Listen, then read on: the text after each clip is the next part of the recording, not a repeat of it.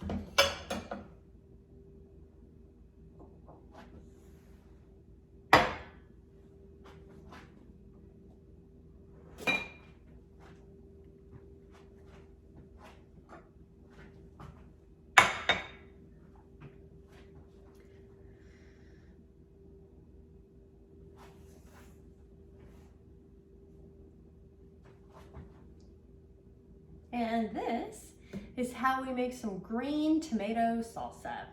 Again, you can substitute with the tomatillos if you'd like. Just make sure that you got to remove the husk from them. And I kind of like to wipe there's a stickiness from the husk on the tomatillos that I sort of like to wash off a little bit if possible. No worries if not. But that's how you make it. It's super simple and it's really, really good.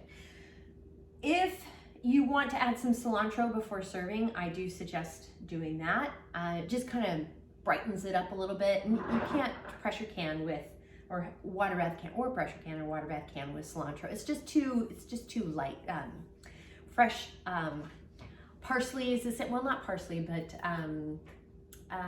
just those herbs like that. Those really soft leaf herbs don't do terribly well in a water bath canning situation. They just kind of shrink up and they don't hold their flavor. So it's a great idea to add some fresh cilantro, and you can do a little squirt of lime juice over it if you want, but although it does have a nice little punch as it is. So it's very good, very, very good. Fantastic on eggs, eat with chips and salsa, eat it out of the jar. It's really tasty. But it is really good with eggs, by the way, or protein, your favorite protein, whatever you want to do. Eat it however you want. So that's how you do it. Now the information, the recipe, etc. is down below in the show notes. And while you're down there, please hit like and subscribe because that does help. And if you have any questions, comments, suggestions, feedback, concerns, by all means, please reach out to me. I'm on Facebook at Stacey Can Can. You can at me on Instagram and TikTok at Stacey Can Can.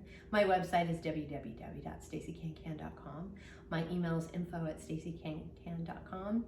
And I'm also on LinkedIn at Stacey Can Can. So thanks so much for joining me today. And until next time, happy canning.